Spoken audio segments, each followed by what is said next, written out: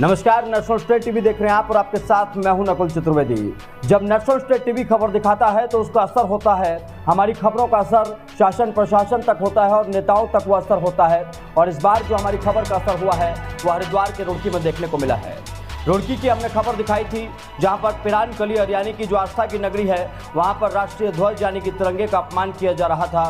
105 feet ऊंचा तिरंगा फटा हुआ था और इस पर नेशनल स्टेट टीवी ने सवाल उठाए थे, लेकिन हमारी खबर चलाने के मात्र 2 घंटे के अंदर इस खबर का असर हुआ और शासन प्रशासन जागा और झंडा बदलने की तैयारी शुरू कर ली गई। सुबह सुबह ही शासन प्रशासन के लोग पहुंचे और झंडा बदलने में लग गए और जो झंडा बदलने की तस्वीरें हैं वो हम आपको दिखा रहे हैं। ये खबर इसलिए महत्वपूर्ण थी क्योंकि जब देश के गर्व की बात होती है तो हम सब लोग तिरंगे को याद करते हैं, जब गौरव की बात होती है तब हम इसी तिरंगे को सलाम करते हैं। लेकिन यही तिरंगा अगर फटा हुआ तिरंगा पिरान कलियर में लहरा रहा था तो सवाल उठना लाजमी था। इसी पूरी खबर पर बात करेंगे हरिद्वार से यानी कि रुड़की से हमारे सहयोगी सलमान मलिक हमारे साथ फोन लाइन पर जुड़ रहे हैं। सलमान से जानेंगे क्या कुछ हुआ, हमारे खबर चलाने के बाद शासन प्रशासन क्यों जागा, उससे पहले क्यों शासन प्रशासन की आंखें नहीं खुली, क्यों ये फटा झंडा बार बार वहां पर लगाया जा रहा था। ये तमाम सवाल हैं जिन सवालों के जवाब सलमान से हम फोन लाइन पर लेने जा रहे हैं। सलमान मलिक हमारे सहयोगी रुड़की से लगातार खबरों को भेजते रहते हैं और लगातार शासन प्रशासन को चेताने की कोशिश करते रहते हैं। सलमान, बड़ा असर हुआ है नेशनल स्टेट टीवी का और आपने जो एक खबर भेजी थी इस खबर का असर ये हुआ कि 2 घंटे के अंदर शासन प्रशासन को इस पूरे मामले में कार्रवाई करनी पड़ी और अब एक नया झंडा वहां पर लगाया जा रहा है। क्या अपडेट है आपके पास? जी बिल्कुल, आपको बता दूं कि रुड़की के पिरान कलियर का ये मामला है जहां पर विश्व प्रसिद्ध दरगाह साबित बाग की है, जहां पर देश विदेश से जायरीन आते हैं। लेकिन यहाँ पर एक झंडा चौक है और यहाँ पर एक तिरंगा झंडा लगा हुआ था और जो पूरी तरीके से फटा हुआ था। हालांकि तमाम जनप्रतिनिधियों को कहीं ना कहीं ये दिखाई तो दे रहा था लेकिन वो इसको नज़रअंदाज कर रहे थे। तो वहीं जब हमने इस खबर को यहाँ से उठाया और उसको प्रमुखता से चलाया, जिसके बाद जनप्रतिनिधि से लेकर तमाम जो प्रशासनिक अमला है उन्होंने इस मामले को लेकर संज्ञान लिया और संज्ञान लेते ही इस झंडे को यहाँ से उतरवा दिया गया। हालांकि बात की जाए तो नगर पंचायत पिरान कलियर ने इस झंडे को उतरवाया है और उनका ये कहना है कि जल्द ही यहाँ पर एक नया झंडा लगाया जाएगा। सबसे बड़ा सवाल ये भी खड़ा होता है कि अभी कुछ दिन पहले भी ऐसे ही यहाँ पर झंडा लगाया गया था, लेकिन उसके बावजूद वो कुछ ही दिनों के अंदर फट गया था।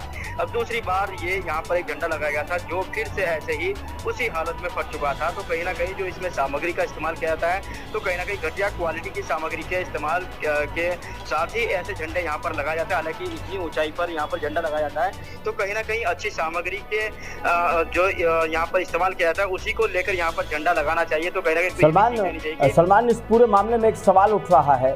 वो सवाल मेरे दिमाग में इसलिए आया है क्योंकि एक झंडा लगाने की शुरुआत केंद्र सरकार की तरफ से की गई थी और ये आदेश दिए गए थे कि हर बड़े स्थल पर भारतीय ध्वज को फहराया जाए। तो इसके लिए एक बड़ा बजट भी आया था।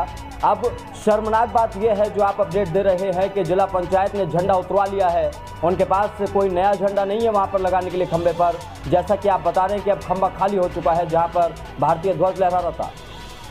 जी बिल्कुल, आपको बता दूं कि पिरान कलियर नगर पंचायत के जो कर्मचारी है अभी वहां पर किसी तरह का झंडा नहीं लगाया गया है। उनका साफ तौर से कहना है कि अभी नया झंडा मंगाया जाएगा जिसके बाद यहां पर झंडा लगाया। हालांकि 3 दिन के बाद इस झंडे को उतारा गया था। यानी कि बड़ी शर्मनाक बात यह है कि राष्ट्रीय ध्वज का यहाँ पर खुलेआम अपना अपमान हो रहा था। यानी कि जो क्षेत्रीय जो जनप्रतिनिधि है, प्रशासनिक अमला है, उन पर भी बड़े सवाल खड़े होते हैं कि आखिरकार 3 दिन तक वो इसको किस तरीके से यहाँ पर नजरअंदाज करते रहे। जो देश विदेश से यहाँ पर जायरीन आते हैं तो क्या उनके दिमाग में आखिरकार किस तरह की यहाँ के राष्ट्रीय ध्वज को लेकर उनके दिमाग में किस तरह की बातें पनप रही होगी, क्या चर्चा उनमें आपस में जो है व्याप्त हो रही होगी, उसको लेकर भी बड़े सवाल यहाँ पर खड़े होते हैं। तो कहीं ना कहीं जिस तरीके से हमारी फिर खबर चलने के बाद नगर पंचायत के जो चेयरमैन प्रतिनिधि है शफकत अली, उनसे हमारी बात हुई, उनका ये कहना था कि जो ईओ है यहाँ के नगर पंचायत के उनको उन्होंने अवगत कराया है और उसको झंडे को उतारने की बात कही है, लेकिन अभी तक उनकी तरफ से कोई एक्शन नहीं लिया गया है। हालांकि अब आपके द्वारा जो संज्ञान में लाया गया है इसको जल्दी यहाँ से उतारा जाएगा, लेकिन खबर चलने के बाद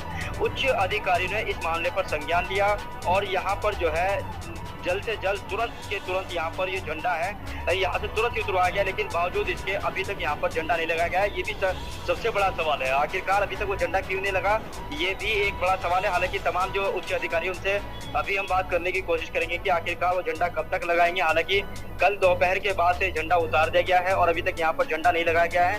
क्या कारण है कि वहाँ पर झंडा उनके पास मौजूद है या अभी कहीं से मंगाया जाएगा, उसके लिए भी तमाम जो डिटेल्स है कुछ देर बाद ये भी जो है दर्शकों तक पहुंचाने की कोशिश करेंगे। जी चलिए, बहुत शुक्रिया सलमान हमारे साथ जुड़ने के लिए, इस पूरी खबर पर बात करने के लिए। तो हमारे सहयोगी सलमान मलिक रुड़की से जुड़े हुए थे। सलमान मलिक ने प्रशासन का ये ढीला रवैया दिखाया था, सलमान मलिक ने खबर भेजी थी कि कैसे आस्था की नगरी में राष्ट्रीय गौरव का अपमान किया जा रहा है। और अब शर्मनाक बात यह है कि नेशनल स्टेट टीवी के खबर दिखाने के बाद उस झंडे को तो हटा लिया गया, लेकिन अब नया झंडा नहीं है लगाने के लिए। और नया झंडा अगर लगाएंगे तो शायद उस क्वालिटी का ही लगाएंगे जिस क्वालिटी का अभी तक लगता रहा है और वो बार बार फटता रहा है।